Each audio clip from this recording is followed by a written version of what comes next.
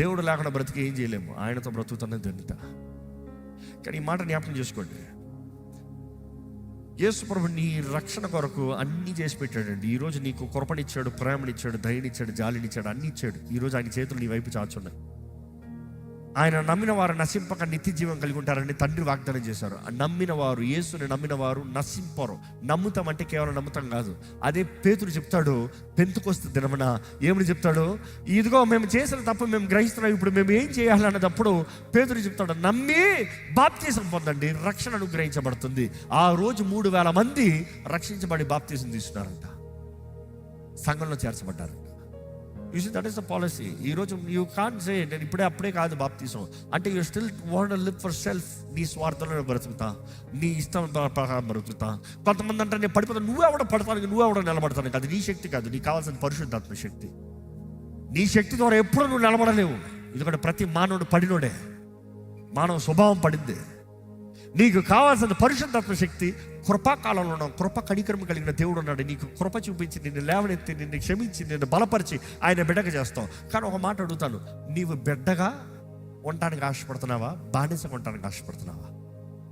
ఎందుకంటే బాప్తీసం తీసుకునే వాడు బిడ్డ కాదు కదా, బాప్తీసం తీసుకున్న వారే కదా బిడ్డలు.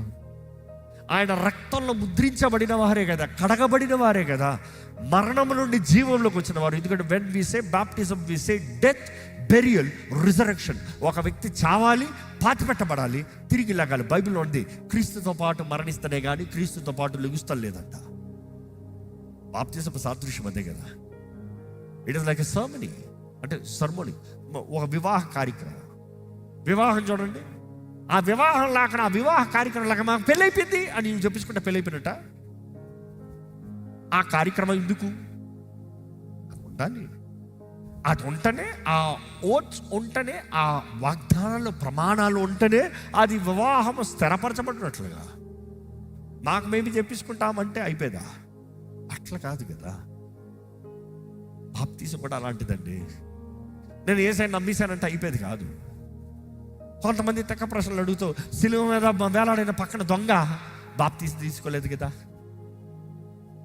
సిలువ మీద చనిపోయాడు కదా, నేడు నువ్వు నాతో కూడా పరదేశంలో ఉంటావు కదా. నేను అదే అంటాను, డెత్, బెరియల్, రిజరెక్షన్. సిలువ మీద దొంగ ఏం చేశాడు? అక్కడే చచ్చాడు. అనుకో చూడు, సిలువ మీద దొంగ దిగి వచ్చాడు, బాప్తీసం తీసుకుని ఉంటాడా లేదా? 100%. కానీ అక్కడ మరణిస్తాం. ఇదిగో నువ్వు చచ్చావు, సిలువ మీద చచ్చాను, నేను ఇదిగో చచ్చాను, నీతో పాటు చచ్చాను, సాదృశ్యం చూపించావు. ఎందుకంటే నువ్వు బాప్తీసం తీసుకోక్కర్లేదు, ఇప్పుడు చచ్చిపో, అంతే అయిపోయింది. Because that is the sign of it. ఈరోజు మిమ్మల్ని అడుగుతున్నా, క్రీస్తుతో జీవిస్తానికి, క్రీస్తుతో బ్రతుకుతానికి ఆశపడుతున్నారు. ఎందుకంటే గాడ్ సో లవ్డ్ యూ.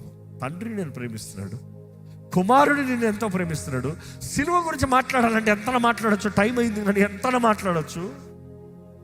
సిలువ గురించి మాట్లాడాలంటే ఇప్పుడు జ్ఞాపకం చేసుకోవాలి. నేను ఒకటే అనుకుంటాను, ఆ ఇత్తడిని తీసుకొని ఇత్తడిని అగ్గిలో పెట్టి ఆ ఇత్తడిని దెబ్బ కొడితే ఇత్తడికి పెద్ద నీకు ఫీలింగ్ రాదు.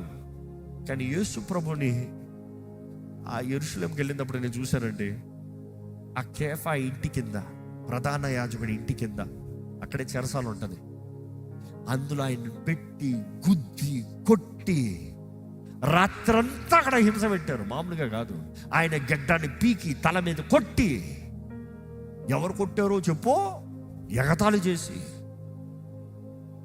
పొద్దుడు చూసినప్పుడు ఆయన మొహంలాగా లేదు, అట్లా స్వరూపమైనను సొగసైనను లేని వాడిగా మార్చబడ్డాడు. 10,000లా తీసుకున్నారు. నాకు ఇంకా ఆ మాటలు చెప్తా ఉంటే నాకు ఆ గది, ఆ సిచ్యువేషన్స్ అయ్యే జ్ఞాపకం వస్తుంది. ఆయనని నిలబెట్టి బీమా దగ్గర ఆ యాజకుడు కూర్చుని తీర్పు తీరుస్తూ ఆ స్థలంలో ఆ మెట్టుల మీద నడిచి, నాకు ఆ మెట్టుల మీద నడిచాను. నాకు ఇంకా ఆ బండలు ఇప్పుడు కూడా ఉన్నాయి. నాకు అదే ఇమాజినేషన్, యేసు ప్రభుని అంత దున్ని కొట్టిన తర్వాత ఆ మెట్టుల మీద నడుచుకుని వస్తే ఎట్లా ఎక్కుండేవాడు. మామూలుగా ఎక్కుతానికి అవ్వట్లేదే, మామూలుగా నువ్వు నడుస్తానంటే అవ్వట్లేదే. ఆయన పట్టుకుని ఈడ్చుకుని వెళ్తా ఆ మెట్టుల మీద తీసుకొచ్చి అక్కడ ఆయన అందరి ముందు అవమానపరిచి ఆయనని హింస పెట్టి, ఎందుకు ఇదంతా? నా కొరకే కదా. మీరు చెప్పగలరా? నా కొరకే కదా.